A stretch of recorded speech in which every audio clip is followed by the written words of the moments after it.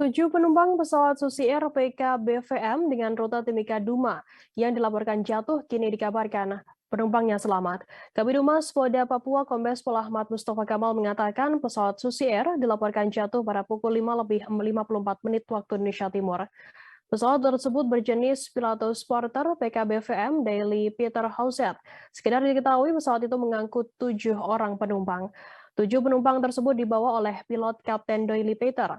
Ahmad mengatakan seluruh penumpang selamat dan langsung dievakuasi ke Rumah Sakit Umum Daerah Timika, Kabupaten Mimika. Dan lalu Timika, Letkol Selamat Suartono mengatakan kondisi 7 penumpang mengalami luka-luka, sehingga ke 7 penumpang langsung dievakuasi ke rumah sakit. Yang mengatakan proses evakuasi 7 korban mendapat dukungan dari semua pihak, baik dalam hal ini tim SAR gabungan dan warga di Duma, sehingga proses evakuasi berjalan dengan lancar. Proses evakuasi menuju Timika memakan waktu kurang lebih selama 1 jam.